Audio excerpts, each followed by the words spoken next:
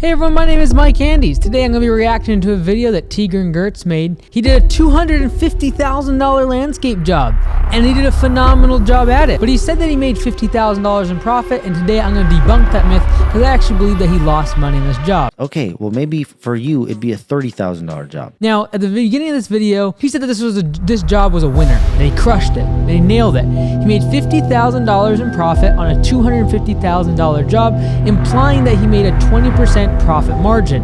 However, he shared the numbers of his spreadsheet, and he said that later in the video, he was going to share all the numbers and go over that spreadsheet with us. Here it is. We'll go over this in detail in a little bit. He never did. So I'm going to do it for you, because when you look at the spreadsheet, you'll realize he not only did not make $50,000 in profit, he likely lost money in this job. I'm glad we're on the same page. Now, before we jump into the nitty-gritty, let's just be very clear. They did a fantastic job on this project. I would never be able to do the patios and the irrigation and everything that they did on this project. I am definitely not trying to hit on their workmanship or how good of a project it is. Phenomenal, absolutely awesome. But the reason I'm making this video is because so many people in lawn care and any home service industry always think they need to do some other service, and usually it's bigger. Do bigger jobs, bigger projects, more equipment, bigger trucks, more employees, and they think that by doing that, they're somehow making a better business. And this type of video solidifies and reinforces that ideology by thinking that if you can do $250,000 jobs, you're gonna make $50,000 on just one project. When in reality, he lost money in this job, and I can prove it. Now that we got all the haters out of the way, let's jump into how I closed this deal. Furthermore, if someone was just making this video online and sharing with the community, I'd be cool with it. However, Tigran says that he has the secret sauce, and he encourages on every one of his videos to join something called Goat Gang for $100 a month. Join Goat Gang for more information on how to do jobs like this.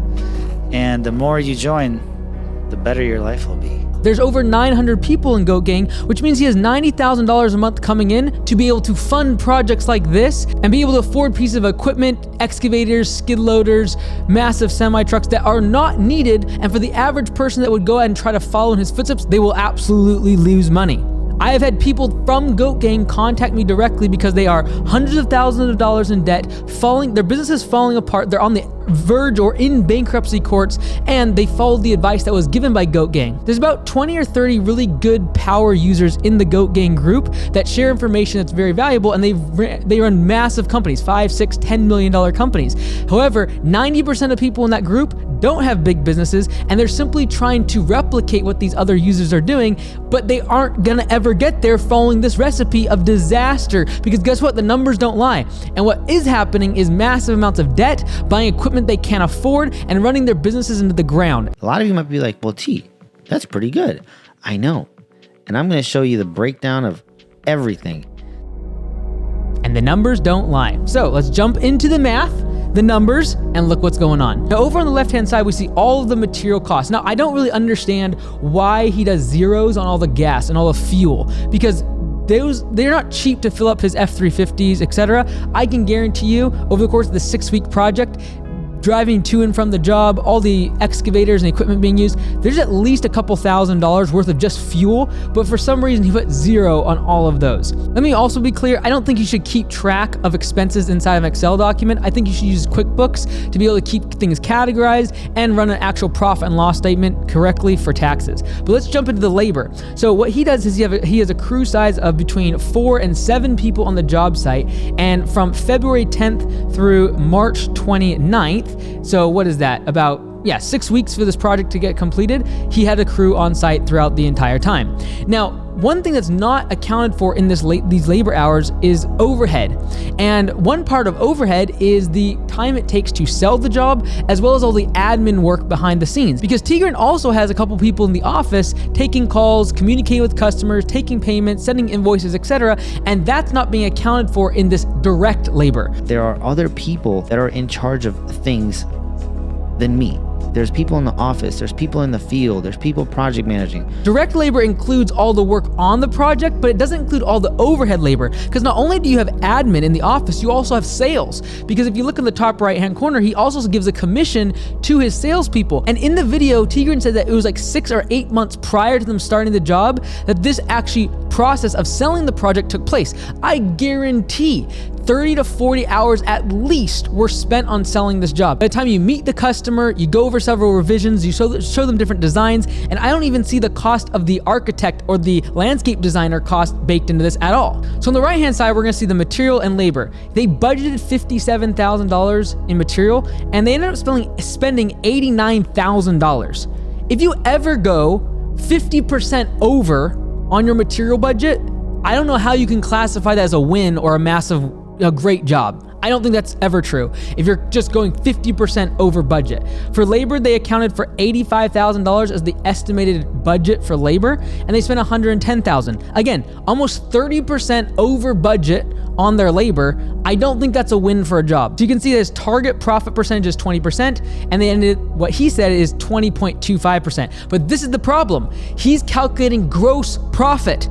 And gross profit means that you take your revenue and you subtract out your cost of goods sold, or your COGS. And your cost of goods sold is your materials and your direct labor. And that's all he took out here. So really what he's running is a 20% gross profit business.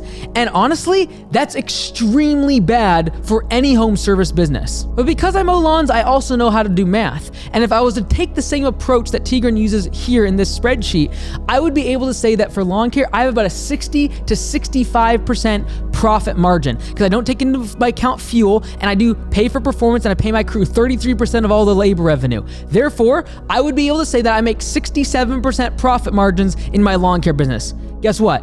There's no one running 67% profit margins in their lawn care business. Why? Because there's other costs involved. It's called overhead. There's a whole bunch of other expenses like your office rent, your office labor, all of the utilities at your office, your insurance. Oh, and by the way, he also has loans and debt on a lot of these pieces of equipment. And since they're there for 6 weeks, that's literally several $1,000s worth of just payments in terms of loans on these big fancy pieces of equipment. All of that is overhead, and even though it doesn't show up on the direct cost for the job or the cost of goods sold, it is absolutely a cost of doing business, and it must be accounted for, because I guarantee you, if you actually would take all the overhead out, the fuel cost, the insurance cost, all this equipment that was being used, he made zero, if any dollars. Probably nothing, probably negative on this project. And yet he's selling the idea that doing big projects and big jobs is somehow so much better than doing recurring work. And I'm not knocking Tigran. I like him. I've met him in person several times, and I think he's a good guy. But I do not want people to perpetrate the idea that a new service and bigger jobs is somehow gonna fix your problems and fix your business. If you don't know the math, and you don't know your cost of goods sold, and you don't know your profit margins, you're going to go out of business regardless of what service you have, regardless of what big fancy piece of equipment you buy, and regardless of what work ethic or how great your project looks and how well your catalog is laid out, it will not move the needle for your business, your profit margins, or for the money in your bank account. And that's why small business owners in this industry go bankrupt, is because they constantly are following the next shiny thing and the next big project and the next huge commercial job that they want to get, when in reality, if you don't know the difference between gross profit and net profit, probably not a good idea to start adding zeros to the size of projects you're taking on. Now, if you want to see all the math, all the numbers, from top to bottom in a long form video, watch this video right here while I walk through the entire process of going from $0 to $1 million. And I share the math, the numbers, and everything you need to know, not just top line revenue. Check this video out right here. That's pretty good.